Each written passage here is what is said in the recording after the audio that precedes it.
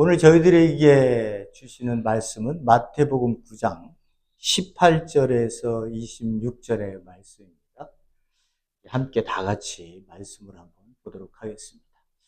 예수께서 이 말씀을 하실 때에 지도자 한 사람이 와서 무릎을 꿇고 말하였다. 내 딸이 방금 죽었습니다. 그러나 오셔서 그 아이에게 손을 얹어 주십시오. 그러면 살아날 것입니다. 이 예수께서 일어나서 그를 따라 가셨고 제자들도 뒤따라갔다. 그런데 12해 동안 혈루증 앓는 여자가 뒤에서 예수께로 다가와서 예수의 옷에 손을 대었다. 그 여자는 속으로 말하기를 내가 그의 옷에 손을 대기만 하여도 나을 텐데 했던 것이다. 예수께서 돌아서서 그 여자를 보시고 말씀하셨다. 기운을 내어라, 딸아. 내 믿음이 너를 구원하였다. 바로 그때 여자가 나았다. 예수께서 그 지도자의 집에서 일어 피리 부는 사람들과 떠드는 무리를 보시고 이렇게 말씀하셨다. 모두 물러가라. 그녀는 죽은 것이 아니라 자고 있다. 그들은 예수를 비웃었다. 무리를 내보낸 다음에 예수께서 들어가셔서 그녀의 손을 잡으시니 그 소녀가 벌떡 일어났다. 이 소문이 온 땅에 퍼졌다. 아멘. 줄거리를 너무 많이 들으셔서 여러분들 다 아시는 그런 내용일 것입니다.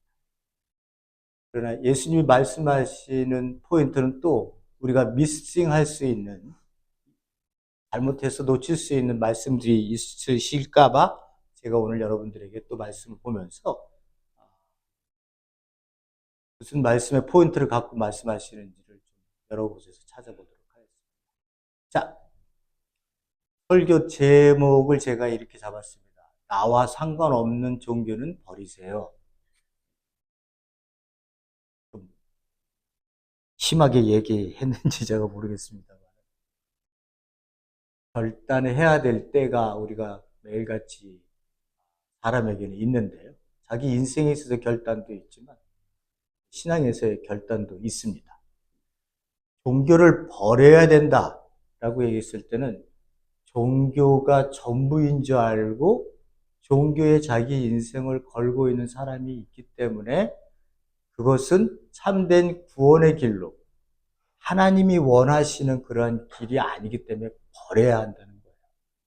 교회가 이 껍데기를 쌓기 시작하면, 종교의식으로 껍데기를 쌓기 시작하면요, 그 누가 와서 그곳에 와서 새로운 그 생명을 주시는 하나님의 말씀, 예수 그리스도의 가르침을 정확하게 이해하지 못합니다. 그리고선 종교 생활이 전부인 줄 알고 자기의 인생을 그렇게 사는 그러한 어리석은 일들이 우리 가운데 있어서는 안 되겠다. 더 이상 그런 일들에 우리가 우리의 모든 그 에너지를 쏟는 그런 어리석은 일들을 해서는 안 되겠다. 제가 조금 심하게 타이틀을 잡았습니다. 제가 이제 오늘 본문의 말씀을 이제 또 해석해 드릴 텐데요. 여러분들이 이제 보시면서 따라와 보시고요. 저번 시간에 이제 저희들이 그 말씀을 드렸죠. 유대인들이 어떤 종말관을 가지고 있었는지를 여러분들이 이해하고 계시면 예수님께서 2000년 전에 오셔서 말씀하신 하나님의 나라가 이 땅에 왔다라고 하는 의미가 얼마나 충격적이고, 그들은 예수 그리스도의 말을 받아들일 수 없는, 그 종교 지도자들도 받아들일 수 없는 그러한 그 허공을 치는 것과 같은, 하늘에 그냥 아무 의미 없이 또 내뱉는 예수 그리스도의 그 하나님의 나라라고 하는 이 단어 자체가 유대인들에게는 가슴으로 와닿지를 않았어요. 특히 종교 지도자들은요. 그래서 저희들이 봤었던 것처럼 그들이 기다리고 있었던 이 역사의 분기점, 하나님이 오신다는 거예요. 하나님이 오신다는 의미가 뭐예요? 하나님이 오셔서 통치를 하신다는 의미예요. 하나님이 통치하니 악의 세력들은 다 하나님의 통치 아래 굴복할 수밖에 없고 그들은 모두 사라져야 되는 거예요. 그래서 그 분기점이 되면 하나님의 통치가 되어지면 이걸 오는 세상이라고 유대인들은 이해했었던 거고, 그날이 오면 개벽천지를 하는 날이에요. 어떻게 로마가 우리를 압제하고 있을 수가 있어? 하나님의 통치가 되면 그런 일은 일어나지 않아요. 그러니까 예수께서 내가 메시아야, 니네들이 기다렸었던 하나님으로 내가 이 땅에 등장해서 내가 이제 하나님의 통치를 시작한다. 그 니네들이 500년 동안을 기다려왔었던 그 하나님의 나라를 내가 왕으로 이제 진짜 시작하겠다는 거예요. 세상의 역사는 흐르고 있었다고 말씀을 드렸잖아요. 세상이 여러분들에게 어떻게 느끼셨을지 모르시겠어요, 저는. 근데 저는 또다시 세상에 와서 살으라고 얘기한다면 하나님한테 no, 저 안 갈 거예요. 그렇게 살고 싶지 않아요. 이러한 세상 속에서 모든 백성들이 고통스럽게 사는 모습, 저 더 이상 보고 싶지 않아요. 저 또한 저를 감당하지 못해서 저 다시 가시라 그러면 저 아닙니다. 저 안 갈랍니다. 저는 이렇게 얘기해요. 왜? 세상의 삶이 이게 정말 삶일까? 누구를 짓밟지 않으면 내가 성공하지 못하고, 내가 누구를 죽이지 않으면 권력을 잡을 수 없는 이러한 이 모순덩어리의 이 삶을 하나님께서 만들어 놨던 그 원래 목적 그대로를 완전히 벗어나서 내가 주인이 돼갖고, 내가 마음대로 힘을 갖고, 내가 세상 사람들에게 인정받으려고 물질을 추구하고, 권력 추구하고, 모든 성공을 추구하기 위해서 이 땅에 끊임없이 뭔가를 향해 달려가고 있는 이 미친 사람들. 다 누가 주인이에요? 내가 주인입니다. 그 자리에 하나님이 없어요. 그런 세상에 살고 있는 우리 그리스도인들이 그 삶을 보면서 아이 좋은 세상이야. 이거 진짜 살만한 세상이야. 이렇게 얘기하면서 살 수 있겠네요. 저 혼자의 얘기 신앙의 문제라면 괜찮아요. 제가 안 힘들어하면 그만이에요. 그러든지 말든지 니네들이 그렇게 나는 신앙 붙들고 내 신앙 붙들고 내 예수님 나 믿어. 3일 만에 살아나셨고 나를 위해 죽으셨고 믿어. 나 그것으로 내 인생 지킬 거야. 나는 행복해. 이렇게 살 수 있는 한 존재가 이 땅에 살 수 있는 게 아니라는 거예요. 하나님께서 주신 생명은 나 혼자 살 수 있는 게 아니에요. 반드시 너가 있어야 돼요. 너를 통해 우리가 존재할 수밖에 없는 거예요. 모든 것이 단절되어 있으니까. 어떻게 단절되어 있어요? 내가 너를 생각하니까 이게 나한테 도움이 안 되거든? 단절. 너를 보니까, 너는 나한테 조금이라도 이익을 줄 수 있겠네? 커넥트를 조금 해놓고. 나에게 완전 100% 나한테 내 인생을 바꿀 수 있을 만한 인간이네? 머리 계산해서 좋으면 그 사람을 따라가. 우리는 이렇게 머리로 계산하면서 세상을 단절시켜서 필요 없는 자들을 다 잘라내면서 우리의 인생을 고립시키면서 사는 거야. 자기 딴에는 내가 잘 산다고 생각하겠지. 그죠? 잘 살고 있는 거예요. 내가 머리 잘 돌려갖고 있는 자 없는 자 구분하고 권력 가진 자 없는 자 구분하고 어디에 줄을 서야 되는지를 구분하고 이렇게 살면 잘 산다고 생각을 하는 거예요. 세상의 역사예요. 이 세상의 역사예요. 그랬더니 그리고 난 이후에 예수님이 오신 거 아니에요? 예수님이 오셔서는 새 시대가 도래하는 거예요. 새 시대가. 하나님의 나라. 하나님의 나라가. 그러니까 새로운 시대에 담겨져야 될 내용은 뭐예요? 새로운 백성들이에요. 새 술은 새 부대에 담아야 된다. 그러니까 헌수를 새 부대에 담는 그러한 일들은 있을 수 없다는 거예요. 새 술만이 새 부대에 담겨질 수 있어요. 그리스도인들만이 하나님 나라의 그 백성으로 이 땅에 담겨서 살아갈 수 있다고요. 구약의 종교체제로 이 성전이 이 땅에 새롭게 도래한 하나님의 나라와 같이 갈 수 없어요. 이 구성전은 허물어져야 될 것이고 새 성전인 예수는 세워져야 될 것입니다. 어떻게 두 성전이 세워질 수 있어요? 두 성전이 어떻게 이 땅에 존재할 수 있겠냐고요. 하나는 무너져야 되는 거예요. 하나는. 결과는 하나님의 통치가 시작되니까 새 시대가 돌아서니까 구 시대의 상징이었던 성전은 완전 파괴시켜버리고 마는 겁니다. 하나님의 심판을 받은 거예요. 예수님이 그렇게 말씀하시죠? 대제사 앞에 나가서 너가 그리스도 하나님의 아들이야? 그러니까 그렇다. 그러면서 뭐라고 말씀하세요? 너희들은 내가 하나님의 우편에 앉은 것과 왕권을 가지고 오는 것을 너희들은 눈을 뜨고 보게 될 거야. 이렇게 얘기를 하세요.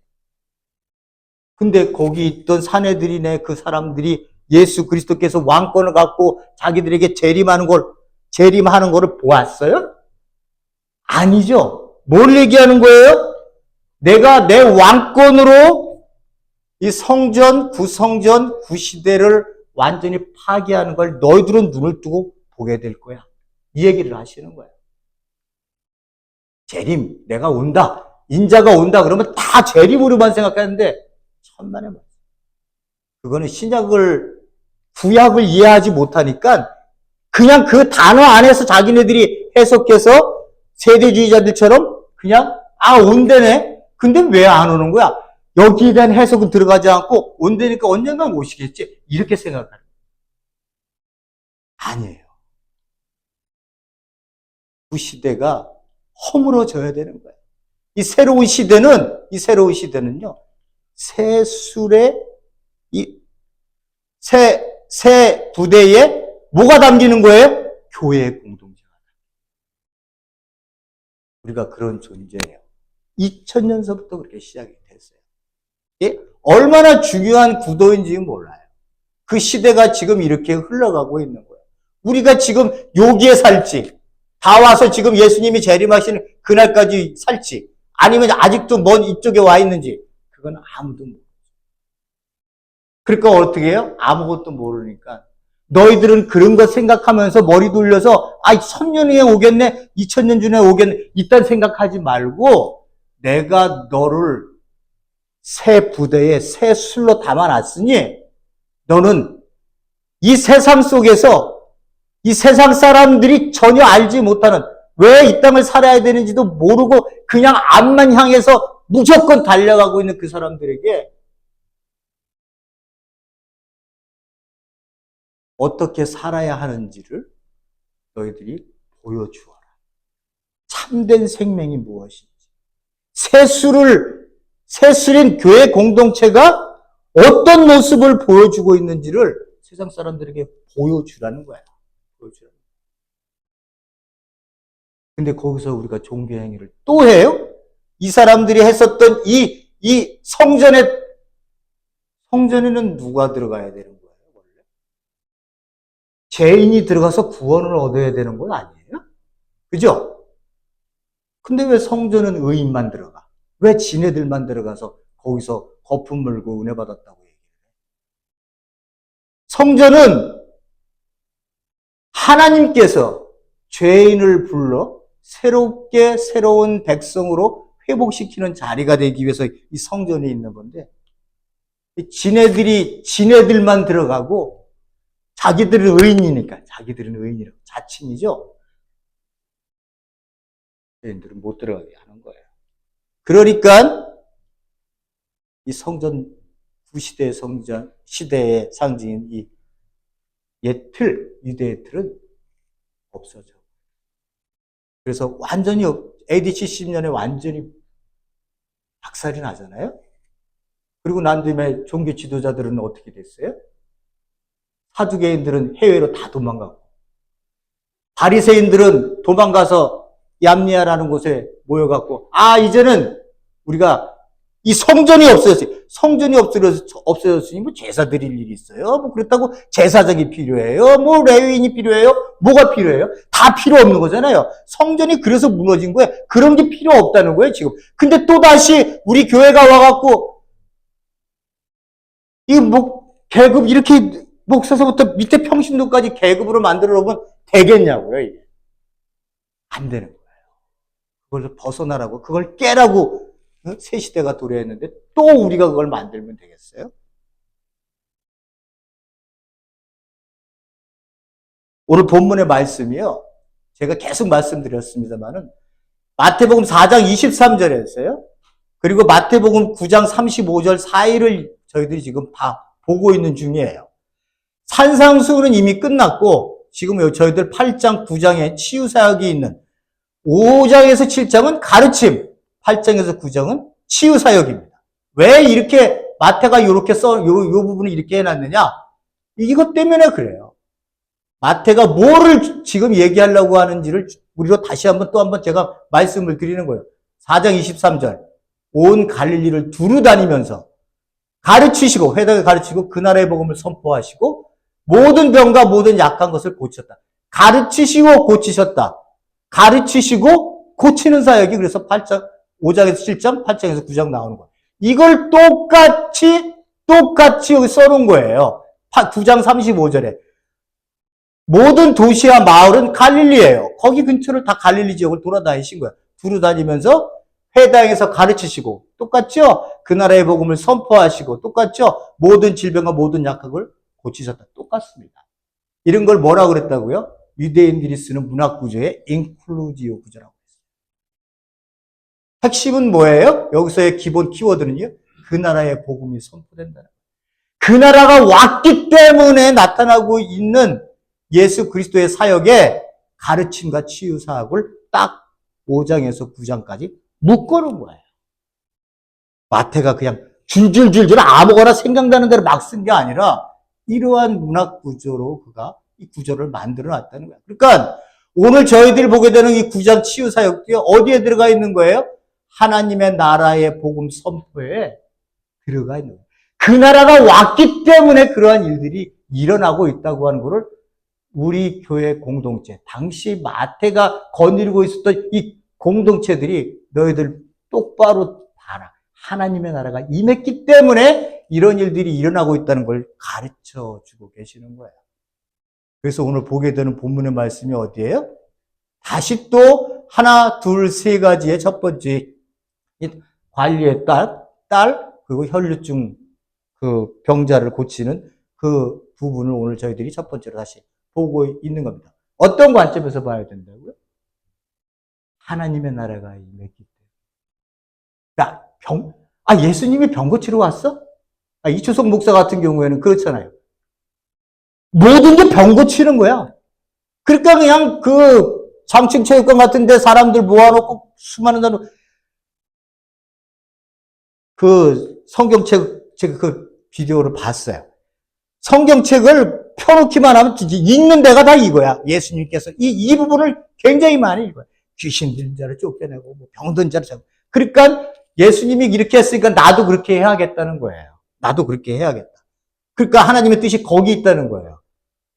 굉장히 어리석은 짓이죠. 굉장히 신앙을 잘못 보고 있는 거예요. 저희들이 여기서 쭉 보면서 왔지만 여기서 가장 핵심적인 단어가 하나님 나라가 이 땅에 도래했기 때문에 그 나라의 왕이신 예수 그리스도가 어떻게 사람들을 만나서 사람들을 회복시켜 자기의 자리로 돌아가게 하고 그 곳에서 가족들과 함께 아니면 또 어떤 그 사회나 종교적으로 또는 성전 예배를 드리지 못한 자들이 다시 그 자리로 돌아갈 수 있도록 하기 위한 인간의 회복. 너는 잘못되어 있었다는 거예요. 병 걸린 사람만 잘못됐어요? 예? 병 안 걸린 사람들은 다 그러면 잘된 사람들이 다 똑같은 사람들이에요. 그런데 예수 그리스도께 나오는 자들은 누가 나오느냐? 나 아파요. 나 귀신 들렸어요. 내가 내가 이 땅을 사는 게 세상 사람들에게 너무 무시당하고 소외달고 살고 있어요. 저 좀 고쳐주세요. 라고 왔던 사람들, 바리새인들이 와갖고 내 병 고쳐주세요. 이런 사람들 봤어요? 종교 지도자들이? 어떻게 하면 꼬투리 잡아서 예수 그리스도를 죽일까 생각했지? 왜? 자기 기득권이 예수 그리스도에서 자꾸 무너지니까.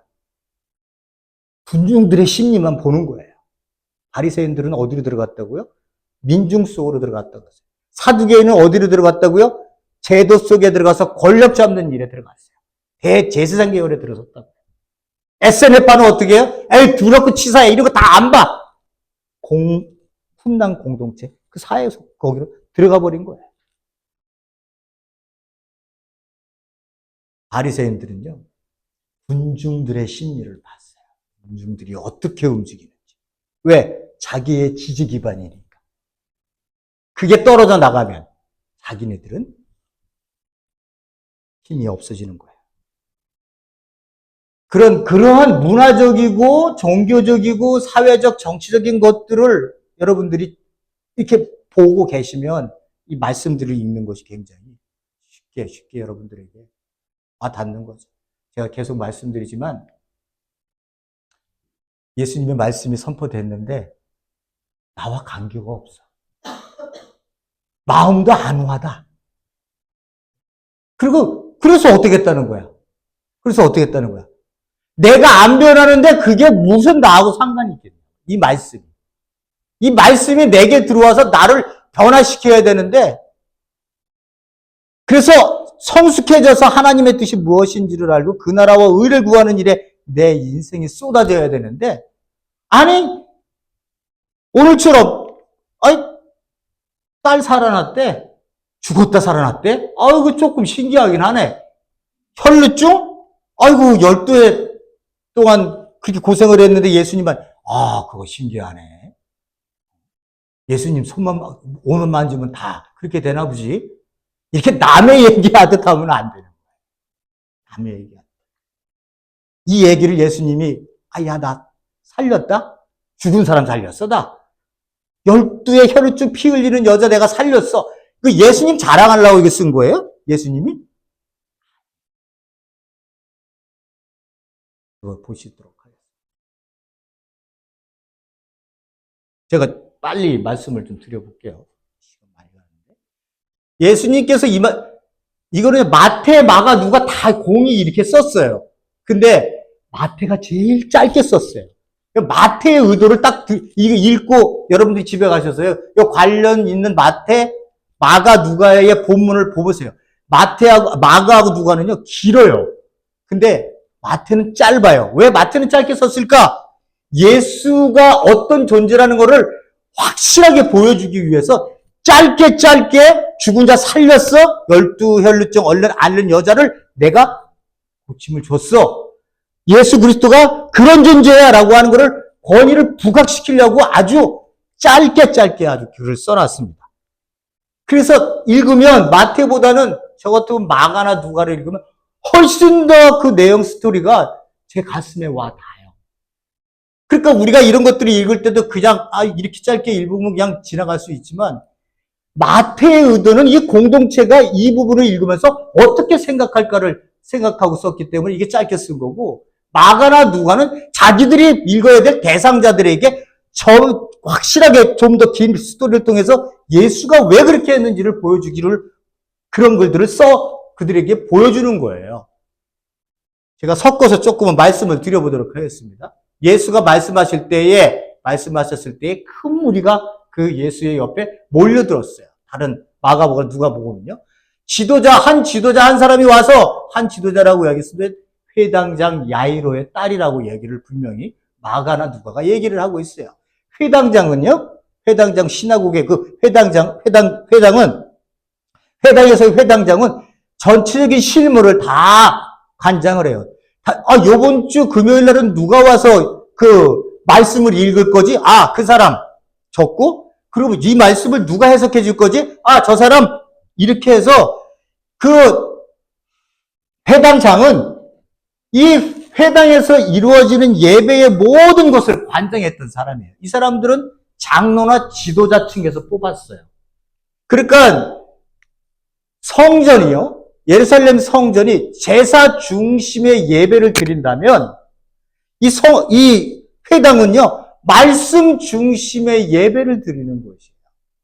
그래서 말씀을 선포하고 말씀으로 가르치시고요 하는 그런 일들을 하는 게 이 회당이에요. 그러니까 지도자급인 거예요. 지도자급인 회당장은 지도자급인 사람이 그 일을 했고 사람으로부터 인정받았던 사람이에요. 장로나 지도자죠. 그 사람이 예수께 무릎을 꿇었어요. 예수를 뭘 안다고 그 높은 지위에 있는 사람이 예수께 무릎을 꿇었을까? 동네 사람들이, 예수님이 그 사역한 지역의 동네 사람들로부터 들었던 거예요. 왜 무릎을 꿇었느냐? 내 딸이 죽었다는 거예요. 마가나 누가는 아직 죽지 않았어요. 죽으려고 하는 그런 상황을 얘기하고 있습니다. 근데 마태는 뭐예요? 빨리 죽었고 하나님 예수님께서 살렸다라고 하는 걸 강조하기 위해서 그냥 죽었다는 단어로 씁니다. 그러나 오셔서 아이에게 손을 얹어주시면 살아날 것입니다. 그러자 예수님께서 아무 말 안 하고 그를 따라갔고 제자들도 뒤따라갔다. 이렇게 얘기를 하고 있습니다. 수많은 사람들이 큰 무리가 예수를 뒤를 따르면서 밀치고 난리가 났어요. 지금 그런 상황이에요. 그러면서 지금 지도자를 따라가는 거예요. 그런데 그 중간에 스토리 하나가 끼어듭니다. 여러분, 자기 딸이 죽었어요. 그러면 여러분, 그 아버지의 마음이 어떻겠어요? 얼마나 급해요. 빨리 가서 좀 고쳐줘서 낫으면 좋겠다.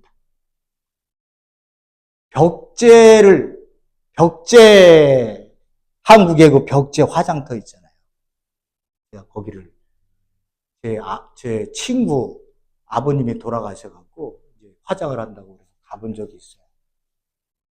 저는 왜 근데 그런 것들을 하나님이 자꾸 많이 보여주셨는지 몰라요. 저는 굉장히 인간의 비참함을 너무 많이 봤어요. 그렇기 때문에 이 하나님의 나라가 이 땅에 도래했다 그랬을 때 그래서 제가 기뻤던 거예요. 너무 기뻤던 거예요. 인간이 너무 처참하고 불쌍한 존재로 우리가 살고 있다는 걸 하나님은 저에게 너무 많이 보여줬어요. 그날도 벽제에 갔는데 제가 이제 그 아버님 그 친구 아버님이 이제 다 화장을 하고 나왔어요. 나오고 있는데 제 옆에 어느 어머니가 완전히 실신 상태예요. 그러니까 그분도 누군가가 죽은 거죠? 그 옆에 딸인지 누군지는 모르겠습니다만 그가 부축합니다. 그러면서 나오면서 울면서 이런 얘기를 해요. 내가 무슨 죄를 졌기 때문에 작년에는 내 아들을 보내고 올해는 내 딸을 보내야 되는 거야. 그러면서 울기 시작하시는데 지금 우는 게 아니죠. 죽고 싶으실 거예요. 한 해가 나이도 많았던 것 같아요. 청년 같아요. 청년들. 무리들 보니까 청년들이 많이 왔더라고요. 친구 같아요. 여러분, 자식이 아파도 가슴 조이면서 얼른 낫기를 위해 기도하는데 두 아들을 보내? 아니, 두 자식을 보내? 이건 진짜 제가 그 위치였다면 저 살 수 있을까? 살고 싶지 않았을 거예요. 그렇게 비참하게 오죠. 그런 비극이 여기도 지금 일어난 거예요. 자기 딸, 외동딸. 12살짜리. 여기는 안 나왔습니다만 마가복음이나 누가복음이나 12살 어린 딸이라고 나옵니다. 자, 이렇게 지금 급박하게 빨리 가서 좀 내 자식 좀 구해줬으면 좋겠다라고 하는 아버지의 심정을 읽을 수 있어요. 예수님도 아무 말 안 하고 따라가고 있어요. 근데 중간에 여기 12해, 12라는 숫자가 두 사건 속에 한 사람의 12살 된 딸, 12해 동안 앓은 혈루증 앓는 여자. 12. 유대인에게서 12는요, 예? 하나님의 백성, 12지파, 12사도, 할 때 12. 하나님의 백성을 상징하는 단어를 마태가 일부러 썼을지도 모르고 다른 마가나 누가복음에서도 그 의미를 썼을지도 몰라요. 그렇다면 이 전체적인 체계를 보면 죽음, 그리고 이 여인은 혈루증을 알고 있었기 때문에 사람들 앞에 갈 때는 입술을 이렇게 딱 가리고요.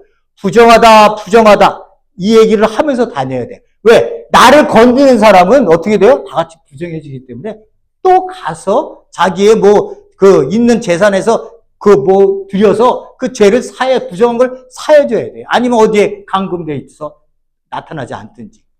그러니까 이 여자는 돌아다니면서 부정하다 이런 얘기를 해야 되는데 그런 말도 없이 대중 그 많은 사람들 속에 끼어 있다가 예수님 뒤에 와서는 옷에 손을 딱 댄 거예요. 왜? 그 마음속에 나 낫겠다. 저 사람이라면 나를 낫게 해줄 수 있는, 신뢰할 수 있는 분이라고 절대적으로 믿었던 거예요.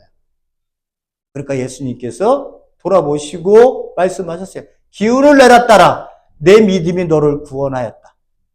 그때 바로 여자가 나았다. 이거 간결하게 썼잖아요. 근데 마가나 누가에서는요, 이렇게 손을 대니까 예수님이 자기로부터 능력이 빠져나간 걸 알고는 뒤를 쳐다보시면서 그 어느 여인이 그랬는지 알지만 뒤를 쳐다보셨을 때 그 여인이 나와서 무릎 꿇고는 제가 그랬습니다.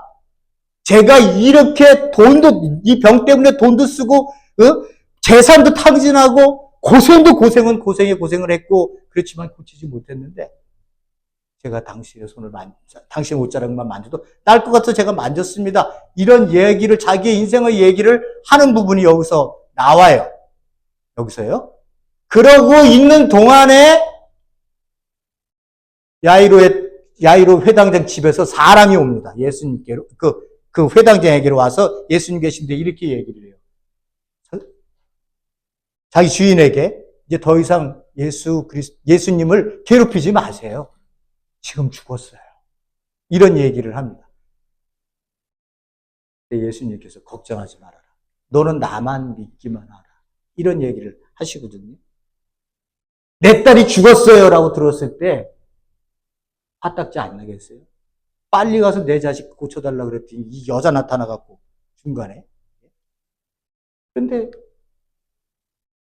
회당장은 아무 말 하지 않아요. 여기서 어떤 얘기도 하지 않아요.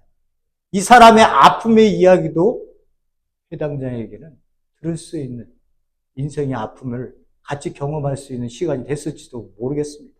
그런 얘기는 안 나옵니다만은 회당장이 아무 말 안 하고 이 여인이 하는 일들을 보고 있다는데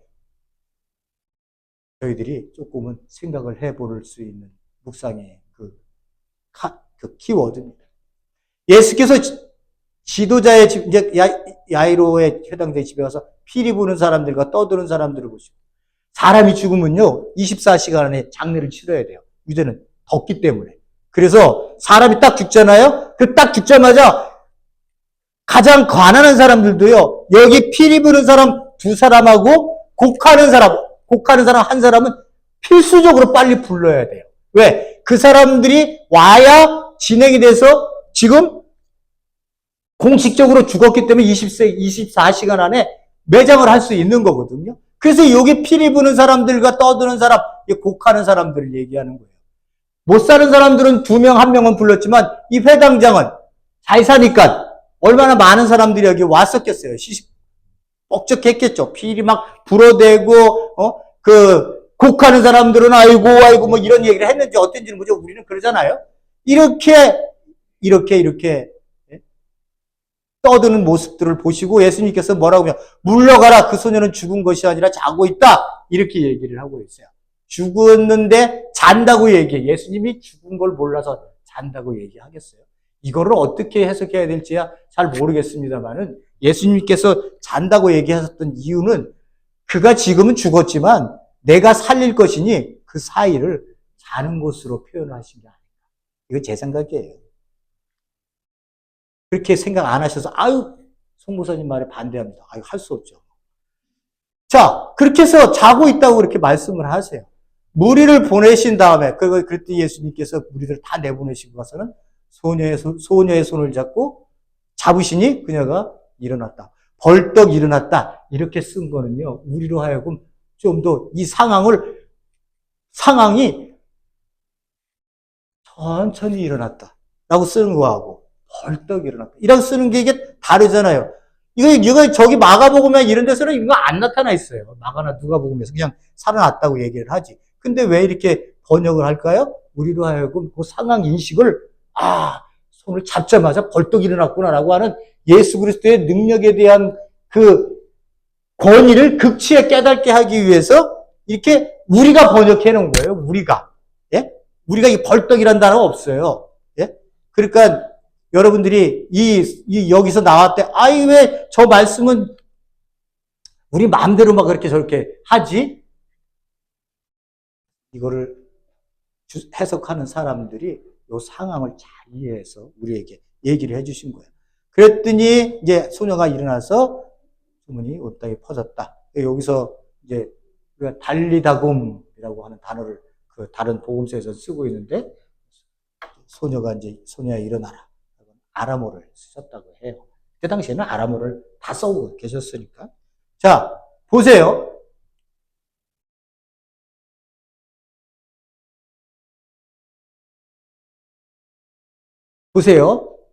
이 부분을 보세요. 세례 요한이요, 그리스도께서 하신 일을 감옥에서 전해 듣고 자기의 제자들을 보내요. 자기의 제자들을 보내서 뭐라고 말씀하셨어요?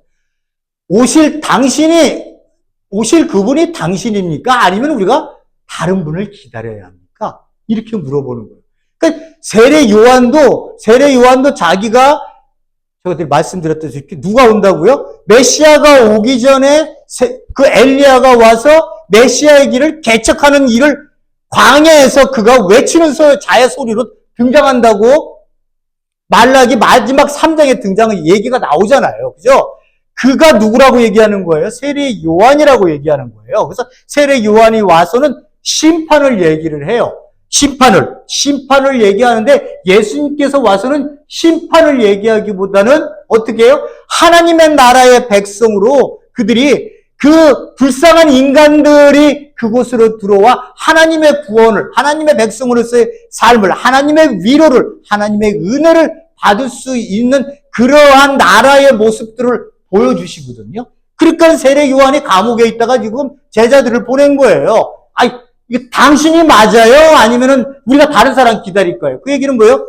그리스도예요? 그리스도가 아니에요? 라고 예수에게 지금 그 세례 요한이 보내서 물어보는 거예요. 왜 물어봤겠어요? 이 그리스도라고 하는, 이 메시아라고 하는 게 얼마나 중요한 결정적인 그 주인공이라고 하는 거를 세례 요한도 알고 있기 때문에 그런 거예요. 당시 상황이, 그 당시 상황이 아주 메시아 사상의 팽배해 있었던 상황이에요. 그러고 난 다음에 30년 조금 넘어 전쟁이라는 게 터지는 거 아니에요. 그죠? 그렇게 얘기하니까 예수님께서 뭐라고 말씀하시자, 너희가 듣고 본 것을 요한에게 알려라. 눈먼 사람이 보고, 이거 다음 주에 저희들이, 여기 보세요. 맹인의 얘기, 눈먼 사람의 얘기를 합니다.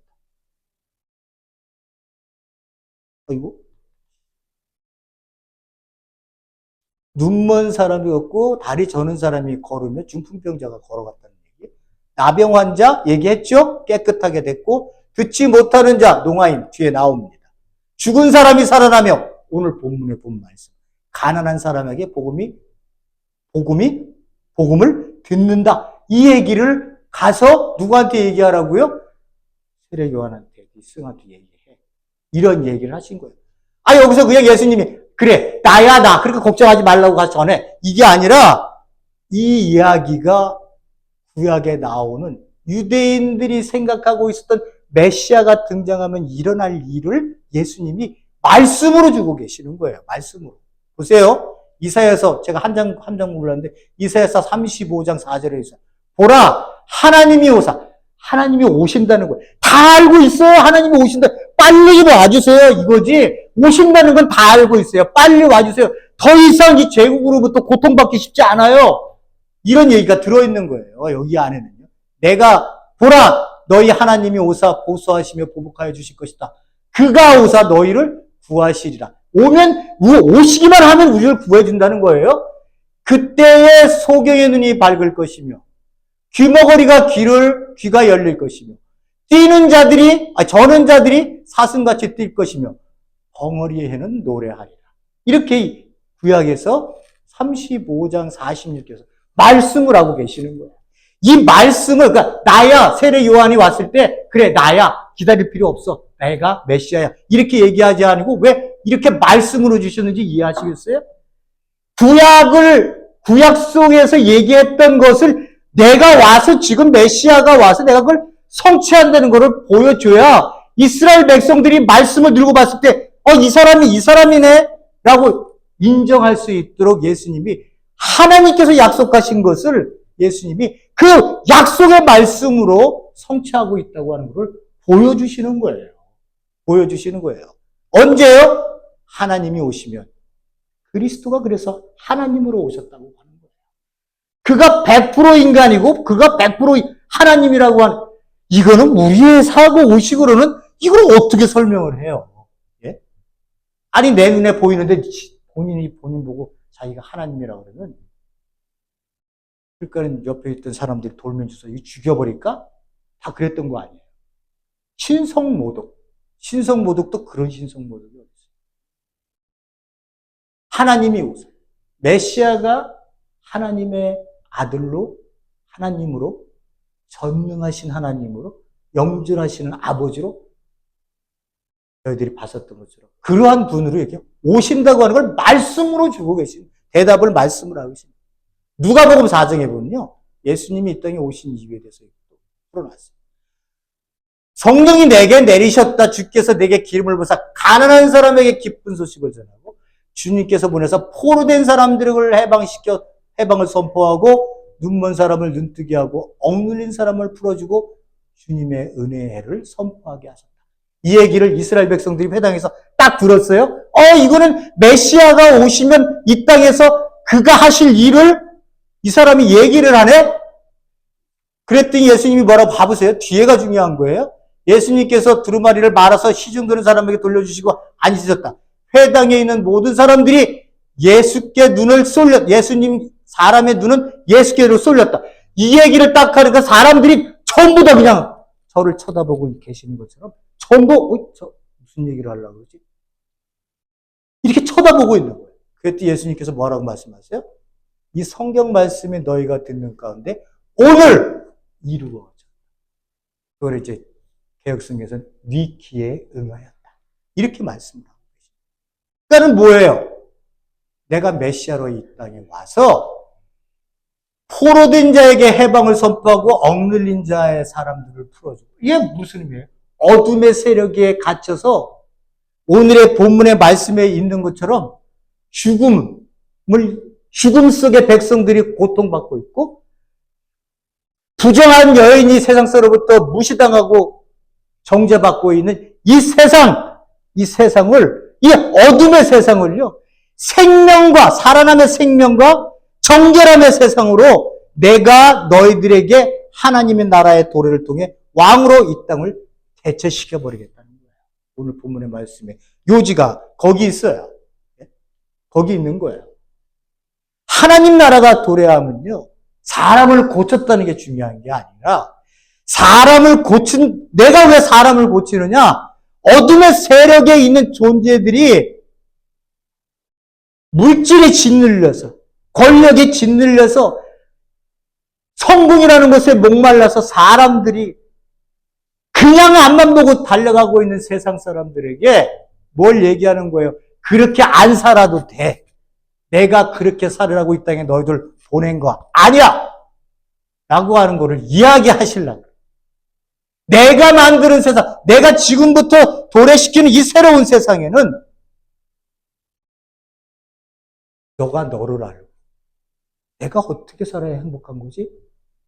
라고 하는 거를 깨닫게 해주고, 하나님 안에서요. 너라고 하는 존재를 만나니 너로 인해 내가 기쁘고, 그래서 우리가 되어 공동체로 이 땅에 하나님께서 만드신 이 새로운 세대의 주인공들이 정말로 어떻게 살아야 되는지를 세상에 보여주기 위해서 계속 그 얘기만 하네요. 교회가 그러기 위해서 존재하고 있다는 거예요. 제가 여러분들 다리 붙들고 아프면 안수해서 여러분들 병 고쳐지라고 제가 있을까요? 그래서 하나님이 저를 세우셨을까요? 아니에요. 사람이 살고 죽는 거를 얘기하려고 하는 게 아니라 새로운 시대가 얘네들이 어떻게 살아야 돼. 하나만 딱 얘기하고 끝내요. 당시 예수님 당시에요. 로마에도 신전이 있었어요. 로마에도 신전이 있어갖고 여러분 그거 아세요? 도우뚜데스. 이 라틴어인데요. 그때 당시에 로마 신전에 그 제사장이 가서 예배를 짐승을 잡고 뭐 곡식을 태워서 이런 제사를 드릴 때요. 제가 지금 얘기했었던 우뚜데오라고 하는 이 단어가 내가 주었으니 너도 나에게 줘. 이런 의미예요. 내가 너를 위해서 짐승 잡았지? 너 신도 나에게 축복과 은혜와 전쟁에서의 승리를 보장해. 라고 하는 의미로의 제사의식이에요. 그 제사의식, 제사 성전을 바깥에 나오면요. 여기에서 일어났던 일과 백성과는 관계가 없어요. 관계가 없어요. 그냥 신에게 자기네들끼리 워낙 재물을 드리고 거기에 기브앤테이크를 하는 것 외에는 없어요. 그러니까 이 종교 행위만 끝나면 되는 거야. 그리고 이 바깥의 백성들은 내가 뭐 하나님의 나라와 의를 위해서 살아야 돼. 내 생명이 어떻게 사는 게 복된 삶이지? 그리고 그 나라와 의를 위해서 꼭 무엇을 해야 되는 거야? 이런 고민할 필요가 없어요. 종교는요, 그냥 그 성전 안에서만 끝나면 되는 게 로마의 신전이었던 거예요. 그것처럼 오늘날 교회에 와서 여러분들이 와서 그냥 기도하고 하나님께 원하고 바라는 거 다 기도해갖고 문제풀이하고 뭐 아픈 거 닥쳐 이런 것들을 하고 집에 들어가서 룰루랄라 하면서 그냥 세상적으로 살아버리면 그 종교나 로마 종교나 이 교회에 와서 하는 흥교행위나 뭐가 달라요? 내가 변화가 없으면 내 인격이 변화가 없는데 변화되어 하나님의 백성으로 사는 그 삶의 길을 한 발짝도 살지 않고 있는데 그게 무슨 의미가 있겠냐? 똑같은 거 아니에요. 로마 신전에서 하는 거랑. 내가 열심히 철학기도 했으니까 이거 줘. 안 줄 거야? 땡깡 부린다. 땡깡 부린다. 나 소나무 뽑으러 올라간다.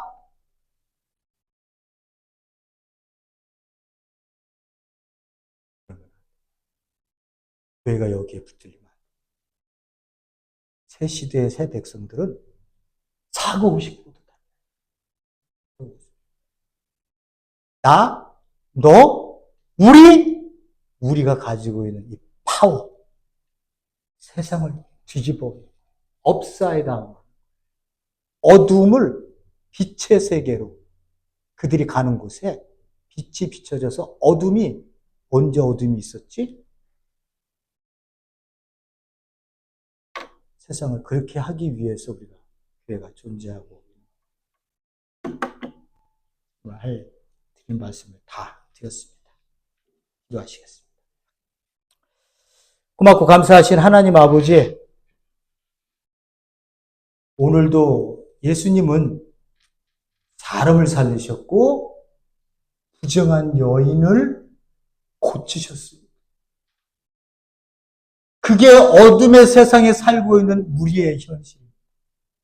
세상 사람들은 나 살았다고 아무리 얘기하고 있지만 다 죽은 자들. 그들에게 그리스도가 다가가지 않으면 이 세상에서 허무한 삶을 살다가 아니 성공이 필요 없어요. 나 평범하게라도 살고 싶어요. 이것조차도 유지하기 힘든 이 더러운 세상. 우리 사랑하는 성도님들은 그 거짓된 세상을 보면서 이 나라가 왜 하나님의 나라가 이 땅에 왔다. 나 기쁜 소식이지. 왜 복음이라고 얘기하는지 절절히 깨달은 우리 성도님 되기도 하시옵소서. 예수님 이름으로 기도했습니다. 아멘.